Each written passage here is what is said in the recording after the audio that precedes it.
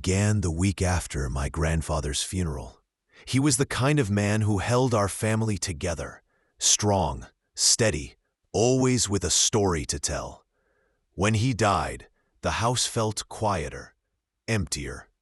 My mother especially was devastated. She spoke to him every day of her life, and suddenly her phone was silent. Until it wasn't. The first call came at midnight. The phone rang once, twice, 3 times. My mom picked it up, half asleep, expecting maybe a wrong number. But when she answered, she froze. Her face went pale. She whispered, "It's Dad." On the other end of the line, the voice was calm, steady, unmistakable. My grandfather's voice. He said just a few words, "Take care of your mother." Then silence. The call ended. I thought it was impossible. Maybe a cruel prank, maybe a recording, but my mom swore it was him. She knew his voice better than anyone. And the strangest part, the call didn't show up on the phone bill. There was no record of it. The second night, it happened again. Midnight, sharp. Same voice, same words. "Take care of your mother." My mom cried as she held the phone to her ear. I listened on the extension in the living room, and I swear to you, it was his voice. The third night, we were all waiting. Midnight came, the phone rang, and we huddled around it, holding our breath. My mom answered, and this time, she asked, "Dad, where are you?" There was a pause, a long crackle of static, and then one word came through. One word that still makes my blood run cold. Close. The line went dead. We never got another call after that. Not once. We tried to explain it. Maybe it was a neighbor playing tricks. Maybe some kind of technical glitch. But how do you explain a voice? A voice you know. A voice that sounds like it's speaking across a distance you can't measure. My mother still keeps that phone on her nightstand. She says if he ever calls again, she'll be ready.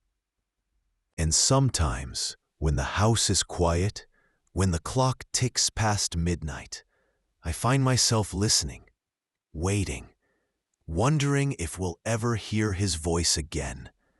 Because deep down, part of me believes he wasn't lying when he said he was close.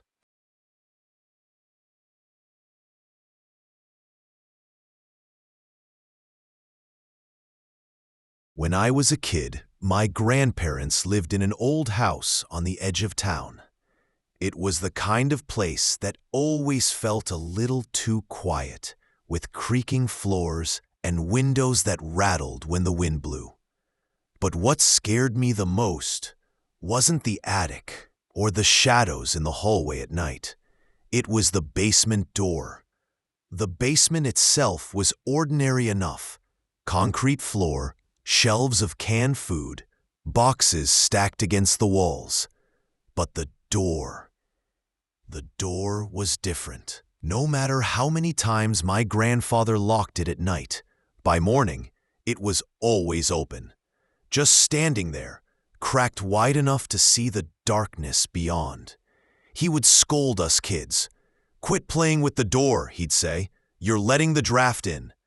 But we never touched it. None of us wanted to go near it. At night, I'd hear things.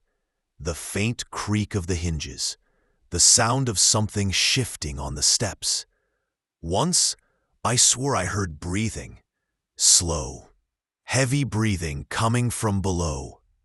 One night, I decided I was going to stay awake and watch. I sat in the hallway, eyes fixed on that old wooden door. Hours passed. The house was silent. Then, at 2 in the morning, it happened. The knob turned, slowly. The door creaked open, inch by inch, though no one touched it. And then I saw it. A shadow. Tall, thin, stretching up the staircase. It wasn't the shadow of a man. It was longer. Wrong.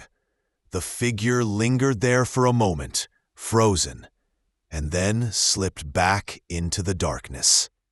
The door closed behind it with a soft click. I wanted to scream, but no sound came out. I didn't tell anyone. I thought no one would believe me. We moved away, not long after, and I thought I'd left that fear behind. But years later, as an adult, I drove past the old house. Something in me needed to know. The new owner was out front, and I asked him casually if he'd noticed anything strange. He looked at me for a long time before finally saying, "Every morning, the basement door is open, no matter what I do." Neighbors told me similar stories. Families before us complained of noises, of shadows, of doors that never stayed shut. Some say a man died down there decades ago. Others whisper about something older, something that doesn't belong in this world. I try to tell myself it was just a draft, just my imagination. But deep down, I know what I saw. And sometimes, when I dream, I'm back in that hallway again, staring at that door, watching it slowly swing open. Some doors should never be opened.